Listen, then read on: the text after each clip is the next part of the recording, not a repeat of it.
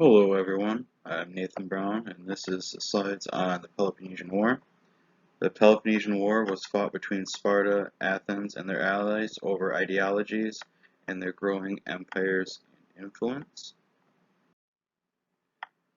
The Prelude. To understand how the Peloponnesian War came about, it is important to understand how events unfolded to get these two powers to this point. It all started when Greek colonies that were in modern-day Turkey revolted against their Persian overlords. They were supported in this endeavor by other Greek city-states, including Athens. The Persians were understandably upset by this meddling, as it caused the revolt to drag on longer than it would have without the Greek city-states' support. The Persians did eventually crush the Ionian revolt and started making plans on punishing the Greek city-states that supported the revolt. The Persian ruler Darius gathered a massive army and a fleet and set sail for Greece to punish Athens and the other city-states that helped the revolt. The Athenians caught the Persians at Marathon as they were starting to unload their ships and decided to charge them. The Persians were defeated and retreated. This caused the Athenians to gain great prominence among other city-states, and so ends the First Persian War. Now starts the events of the Second Persian invasion. The Athenians were told by an oracle to defeat the Persians with walls of wood. The Athenians took this advice to heart and commenced to build a large fleet of ships and to gather up other city-states' fleets in preparation for the Persian return. The new Persian ruler was Xerxes, the son of the defeated Darius, and he wanted to avenge his father and his defeat. Xerxes gathered an even larger army and fleet. The Greek city-states gathered an army led by a Spartan contingent at the pass of Thermopylae. The city-states also gathered a navy at Salamis led by the Athenians to cover the flanks of the troops at Thermopylae. The Greek land forces were eventually surrounded, at which point most of them retreated, a few stayed and were killed. The Athenians managed to hold off the Persian fleet and eventually defeated them. The Persian land forces were shortly defeated as well, and thus the Second Persian War ended as well. The Athenians started the Delian League. The purpose was intended to prepare for another possible war with the Persian Empire. The Delian League was quickly taken over by the Athenians, who took the funds raised by all the city-states for the purpose of fighting a possible invasion forced by the Persians, and used it to rebuild their city that was burned down by the Persians, and build a stronger army and navy. The city-states that tried to leave the Delian League were attacked by the Athenians and forced to stay a part of the League. The Delian League slowly turned into the Athenian Empire. The Spartans and their allies, seeing this, formed the Peloponnesian League, with the purpose of stopping Athenian expansion and to stop Athenian meddling in Spartan and their allies' politics. This picture shows the Athenians and their allies. They are the yellow, as well as in the pink you see the Spartans and their allies. Persian Empire, or in the lighter pink. You can see the Athenians had significant land that was considered part of the Persian Empire by the Persians under their control, which is a big cause for the Persians eventually meddling in the conflict between Athens and Sparta, taking sides. Strategies. The strategies of the two sides differed considerably because they were based on their strengths. The Athenian strength and strategy was based on their naval strength. They all but refused to meet the Spartans and their allies in a land battle. Instead, they stuck to naval engagements and raiding the Spartans and their allies' lands while their armies were gone. The Athenians built a massive wall surrounding their city all the way to their port city. The Spartans had no head for siege tactics other than surround the place and starve them out. The Athenians were unaffected by the strategy, as their navy was able to bring supplies to their harbor. The Spartans were forced to settle on trashing the Athenian countryside. The Spartan strategy was to march their army to Athens or wherever they were needed and fight with their hoplites. The Spartans and their allies could not compete with the Athenian navy and were crushed any time they met during the First Peloponnesian War. So there was no quick winner in this war, as both sides were fighting using their strengths, but their strengths were not enough to defeat each other. The Peloponnesian War was a world war for those times. It was a war that involved in their sphere of influence, involved everyone in their sphere of influence. There was fighting all over the Mediterranean, from Sicily all the way to modern-day Turkey, and everywhere in between. The conflict started because the Athenians were taking over Corinth's title as the naval power of the Greek city-states. The Athenians were taking over their trading empire and taking sides in Corinthian conflicts. The Corinthians then called on the Spartans to come to their aid against the Athenians. Then the war kicks off with the Spartans invading Athens' lands, but they cannot overcome the Athenian walls, so they trash the countryside and leave. In 428 BC, the Athenians gained a foothold in the Peloponnese by taking the old city of Pylos. When the Spartans tried to regain the city, 400 Spartan hoplites became trapped on a nearby island of Sphacteria. The Athenians starved the Spartans into eventual surrender and brought 120 Spartan hoplites back to Athens. They placed these Spartan hoplites on display in a human zoo, as no Athenian had seen a Spartan hoplite up close and lived.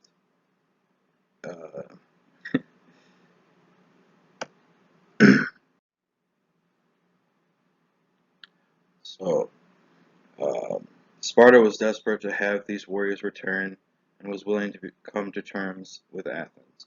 In 421 BC, a 50-year peace treaty was signed by Sparta and Athens. The treaty was called the Peace of Nicaeus, named after the Athenian who made the treaty. One of the terms was that the captured Spartan hoplites be allowed to return home. It was a shaky peace at best, and in 420 BC, the Spartans were accused of marching hoplites into Elis during an Olympic year. Sparta was not allowed to compete in the Olympic Games. At this time, some of the Peloponnesian League cities decided to rebel against Sparta and were helped by Argos, the longtime enemy of Sparta, and by Athens. In 418 BC, the largest land battle of the war took place in the Peloponnese at Mantinea. Here, Sparta defeated Argos, Athens, and their Peloponnesian allies, and returned them to the Peloponnesian League. During the war, Athens always won at sea but lost on land. Some historians compare Athens to the whale and Sparta to the elephant. Notice how whale being in the water, elephant being on land. Second Peloponnesian War. The Athenian big plan for success was to blockade the Spartans and their allies from trade. The Athenians were bringing grain in from Egypt. Some of the grain was tainted. The tainted grain eventually caused plague to spread in Athens, which was overcrowded from the people from the countryside hiding behind the Athenian walls. Due to the blockade, the Spartans were actually spared from the plague, whereas the Athenian population was devastated. Around 30,000 Athenians died from the plague, including their leader Pericles. The Athenians decided to spread their influence to Sicily, who was an ally of Sparta. The Athenians sent a massive army and navy to conquer Sicily. In 416 BC, Alcibiades, a young Athenian and follower of the philosopher Socrates, convinced the Athenians to take the war to Sicily by attacking the city-state of Syracuse. Syracuse was a colony of Corinth and friendly to the Peloponnesian League. Alcibiades was very convincing, as he was an excellent public speaker. Alcibiades made the point that if Athens should take Syracuse, all of Sicily would fall and give Athens new riches and power. It would only be a matter of time before Sparta would surrender. Sicily was 800 miles away from Athens, and it would take several ships in the Athenian navy to attack Syracuse.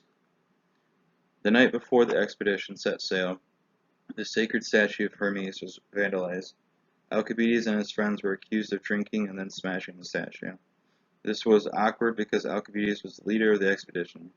Alcibiades was allowed to set sail with the Athenian fleet, but when the fleet arrived in Thyrol, a Greek colony on the southern coast of Italy, a messenger ship from Athens caught up with the fleet. This small boat was to take Alcibiades back to Athens, as he had been tried and convicted of smashing the statue. Unwilling to return, Alcibiades, along with his pet dog, jumped ship, swam to Thurii. Nicias was now in charge of the attack on Syracuse, even though he had argued against it back in Athens. When the Athenian fleet landed in Sicily, close to Syracuse, the unwilling Nicias dragged his feet. The Athenians were slow to make the necessary walls to close off Syracuse by land, even though the mighty Athenian fleet had closed the Syracuse by sea. Meanwhile, Alcibiades fled to Sparta, where he convinced the Spartans to help the Syracusans. Sparta sent one boat to Syracuse with a commander by the name of Gylippus. Gylippus raised an army in Sicily and defeated the Athenians. Foolishly, Nicias asked Athens to send reinforcements.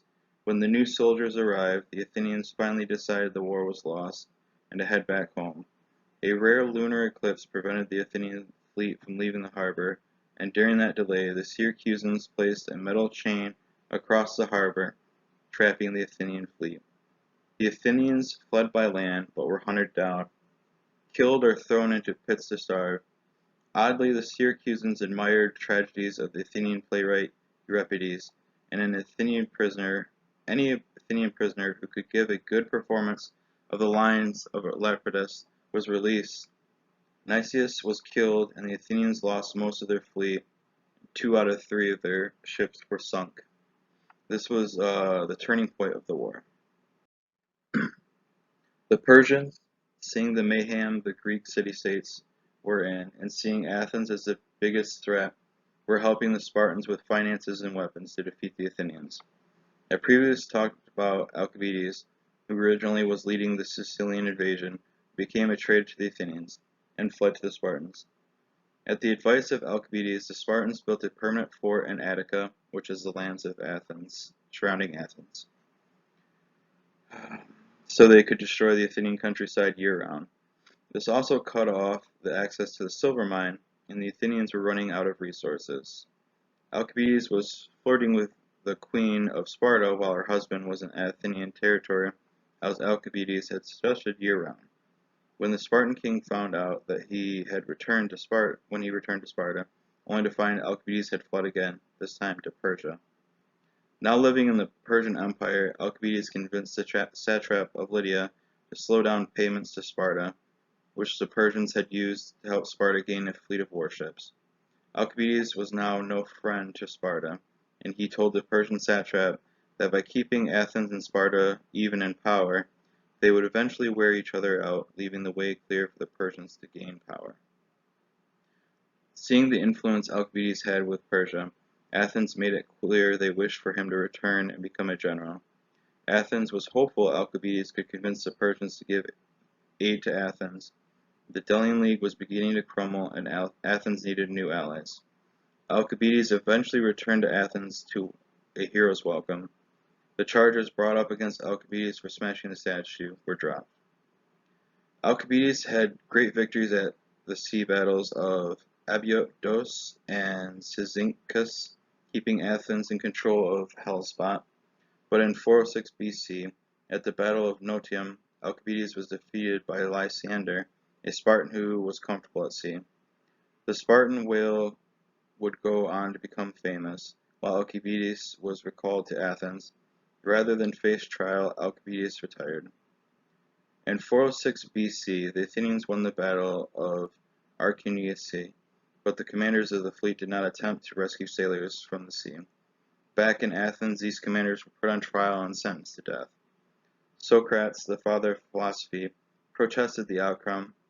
Socrates was no fan of democracy as he felt it led to mob rule and poor decision-making.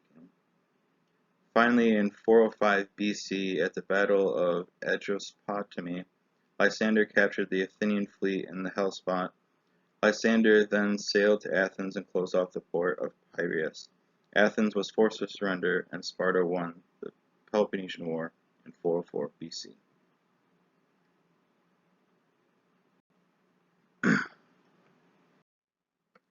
The Spartans' terms were lenient. First, the democracy was replaced by an oligarchy of 30 Athenians, friendly to Sparta. The Delian League was shut down, and Athens was reduced to the limit of 10 triremes, from their original 300. Finally, the long walls were taken down. Within 4 years, the Athenians overthrew the 30 tyrants and restored their democracy.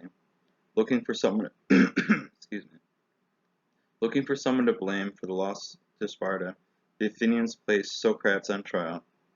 He was found guilty of corrupting the minds of young Athenians and not believing in the gods.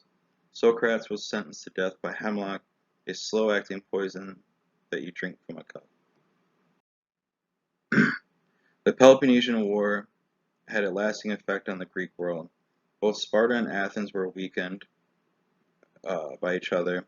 Thebes defeated Sparta in the Battle of Leuctra in 371 BC to become the most powerful Greek polis, and then Philip II of Macedon defeated Thebes and the Greek allies to become master of the Greek world, which would then lead to Alexander the Great and his conquest of the known world. Thank you for watching this. These are my citations and the websites that I used for my research. I just wanted to kind of do another quick recap and further explain some of my slides about why this happened and why it was so important. It's important to know that the Persian Wars led to this because the Athenians would not have been able to round up all their support for the Delian League if they were not in fear of the Persians returning. The Persians, if they had not had to deal with the Greeks, colonists, and modern-day Turkey, they wouldn't have moved towards fighting Athens and other city-states. So all these events stacked on top of each other to cause the events in the future to happen. So it starts with the Ionian Revolt of colonists who moved from the Greeks and spread their culture, and then the other city-states helping these colonies in revolt against the Persians. Then the Persians get upset by them meddling in their affairs, and so they go and return the favor and meddle in their affairs, which eventually leads them to, be defeated. Even the winner was defeated eventually, because they spent decades upon decades spending all this money, all these lives of their citizens that they couldn't get back, and all in the end for neither of them to come out the eventual winner. Because Philip the Macedon and Alexander the Great would not have been able to take over if, say, the Athenians were still an empire, because the Athenians had all that wealth, the navy, even their land forces might have been able to stand up against Philip. Granted, he had the sarissa, the extra long phalanx poles, but after losing 30,000 of their population to plague, and then losing all those other thousands upon thousands of people, hoplites, and then their navy, 2 out of 3 of their ships being lost in Syracuse, they just wouldn't have been able to stand up to even the Spartans, let alone Philip of Macedon. But Philip of Macedon was able to conquer the city-states of Greece because they had spent, I think it was roughly about 20-30 years fighting each other, killing each other off, all the while Macedon was just sitting up there becoming a powerhouse. And this allowed them to take over the city-states of Greece, which eventually allowed them to go over and fight the Persians, who just spent all this massive amounts of money for a civil war in Greece, only for themselves to get invaded. Thank you.